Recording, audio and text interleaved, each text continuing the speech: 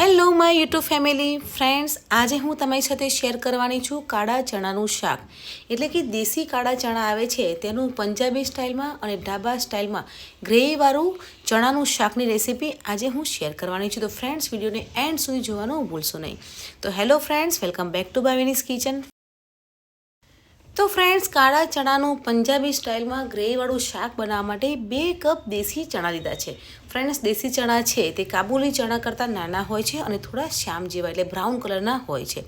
અહીંયા મેં 2 કપ દેશી ચણા લીધા છે. ચણાને સારી રીતે ધોઈ અને ઓવરનાઇટ પલાળીને મૂકી રાખવાના છે. અને સવારે તમે જુઓ છો તો ચણા છે તે સરસ એવા ફૂલી ગયા છે.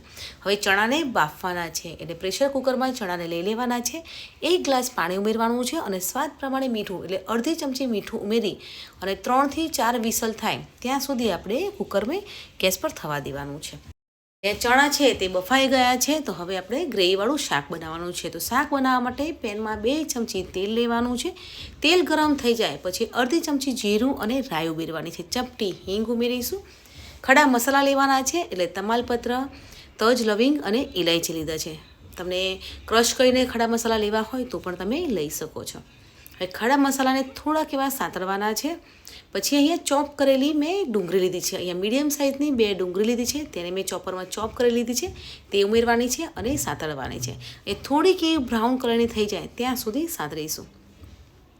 થોડુંક એવું મીઠું ઉમેરીશું જેથી ડુંગળી છે તે જલ્દી સંતરાશે. તો ફ્રેન્ડ્સ, એ ડુંગળી છે તે સોફ્ટ થઈ ગઈ છે. તો હવે ટામેટાં ઉમેરવાના છે. ટામેટાં પણ મેં 2 લીધા છે, તેને પણ ચોપરમાં ચોપ કરીને લીધા છે. તો તેને પણ ઉમેરી અને સાંતળવાના છે. ટામેટાં અને ડુંગળીનું તેલ અલગ ન થાય ત્યાં સુધી સાંતળવાના છે. અહીંયા ગ્રેવી સરસ હશે તો શાક છે તે બહુ સરસ બનીને તૈયાર થાય છે. અને ગ્રેવીવાળું શાક છે તે તમે રોટલી, પરાઠા કે રાઈસ સાથે પણ સર્વ કરી શકો છો. અહીંયા ચણા પણ આપણા બફાઈ ગયા છે. હું તમને એક ખોલીને પણ બતાવીશ કે સરસ એવા દેશી ચણા છે તે બોઇલ થઈ ગયા છે. ડુંગળી અને ટામેટાં છે તે પણ સરસ એવા સંતરાઈ ગયા છે અને તેમાંથી તેલ પણ અલગ થઈ ગયું છે. એટલે અહીંયા થોડાક એવા ચણા છે તે ગ્રેવીમાં ઉમેરવાના છે અને ચણાને આ રીતે મેશ કરવાના છે જેથી ગ્રેવી છે તે ઘટ થશે. તમારે આ રીતે ના કરવું હોય તો કોર્નફ્લાવરની સ્લરી પણ ઉમેરી શકો છો. પણ ફ્રેન્ડ્સ, ચણાને આ રીતે મેશ કરીને અંદર ઉમેરવાથી તેની ગ્રેવી છે તે બહુ સરસ થશે. એકલા ચણા ઉમેરવાથી તેની ગ્રેવી છે તે ઘટ નહીં થાય. ચણા છે તે સરસ એવા મેશ થઈ ગયા છે. તો હવે ચટપટો અને ટેસ્ટી એવો મસાલો કરીશું. તો મસાલામાં અડધી ચમચી હળદર પાવડર, લાલ મરચું, ધાણા જીરું ઉમેરી અને મિક્સ કરવાનું છે. ફ્રેન્ડ્સ, અહીંયા મસાલા બળી ન જાય તેની માટે થોડુંક એટલું પાણી ઉમેરવાનું છે અને મસાલાનો ફ્લેવર છે તે સરસ એવી આવી જશે. પાણી ઉમેરીને પણ આપણે મસાલાને સાંતળવાના છે એટલે કે અડધી મિનિટ માટે મસાલાને સરસ એવા સાંતળીશું. હવે અહીંયા મેં અડધો કપ દહીં લીધું છે. જે ઘરનું ફ્રેશ દહીં આવે છે તે લેવાનું છે અને તે ઉમેરી અને મિક્સ કરવાનું છે.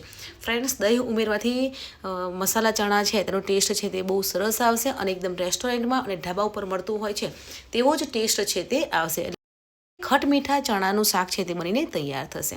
હવે દહીંને ઉમેર્યા પછી આપણે જે ચણા બાફીને રાખ્યા હતા તે પણ ઉમેરી લેવાનું છે અને સારી રીતે મિક્સ કરી લેવાનું છે. ચણાને ઉમેર્યા પછી પણ આપણે થોડીવાર થવા દેવાનું છે એટલે કે 1 મિનિટ માટે ઢાંકણ ઢાંકી અને થવા દેવાનું છે. અહીંયા તમે જોઈ શકો છો કે 1 મિનિટ પછી મસાલો છે તે સરસ એવો મિક્સ થઈ ગયો છે અને શાક પણ સરસ એવું બનીને તૈયાર થઈ ગયું છે. હવે અહીંયા કસૂરી મેથી લેવાની છે, તેને હાથથી ક્રશ કરી અને ઉમેરી લેવાની છે. તમારે અહીંયા શાક થોડું ઘરચટું જોઈતું હોય તો ખાંડ કે ગોળ પણ ઉમેરી શકો છો. મેં ખાંડ અને ગોળ છે તે સ્કીપ કરી છે. કસૂરી મેથી ઉમેરી સારી રીતે મિક્સ કરી લઈશું.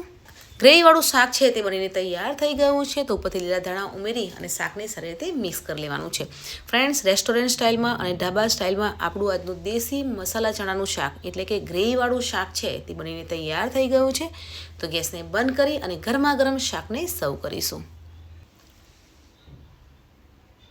ઘરે શાકભાજી ના હોય ત્યારે આ રીતે દેશી ચણાનું શાક અને તે પણ પંજાબી સ્ટાઇલમાં શાક છે તે તમે બનાવી શકો છો.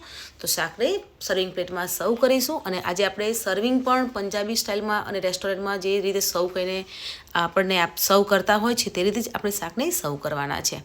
તો અહીંયા મેં 1 કપમાં દહીં લીધું છે અને દહીંમાં થોડીક એવી ખાંડ ઉમેરી અને દહીંને મેલ્ટ કરી અને પાઇપિંગ બેગમાં દહીંને લઈ લીધું છે.